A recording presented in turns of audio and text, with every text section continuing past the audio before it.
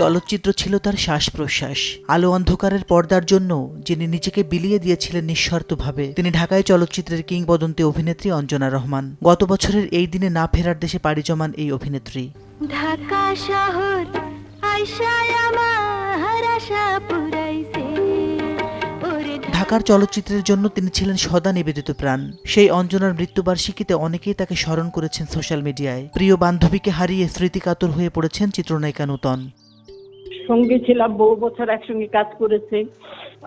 আসলে খুব ভালো একটা মানুষ ছিল অঞ্জনা, খুবই শান্তশিষ্ট, কারোর সঙ্গে কারো ওরকম বিবাদ ছিল না। সবাই ভাবতো আমরা দুই বোন। বাসায় বসে থাকি, যখন কোনো ছবি দেখলে মিস করি, অনেক মিস করি তাকে।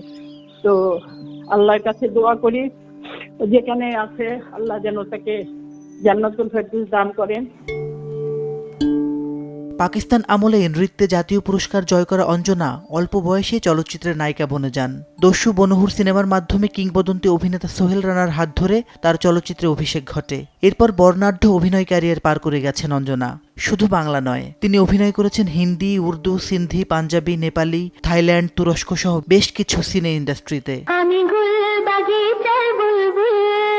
সবকিছু ছাপিয়ে জীবনের শেষ বসন্তগুলোতে অঞ্জনা হয়ে উঠেছিলেন চলচ্চিত্র পাড়ার সবচেয়ে বিশ্বস্ত আপনজন। ষাটোর্ধ্ব অঞ্জনার সিনেমার কোনো আয়োজনে ছিল না কোনো ক্লান্তি। চলচ্চিত্রের মানুষের সুখে দুঃখে সবার আগে যিনি হাজির হতেন তিনিই ছিলেন অঞ্জনা। অভিনয় ও জাতীয় চলচ্চিত্র পুরস্কার জয় করা অঞ্জনা চলচ্চিত্রের প্রতি অদম্য ভালোবাসা নিয়ে আরও অনেকদিন থাকতে চেয়েছিলেন রূপালী দুনিয়ায়, কিন্তু শরীর আর তাকে সহায়তা করেনি। অসুস্থতার কাছে হার মেনে তিনি আজ দূর আকাশের তারা।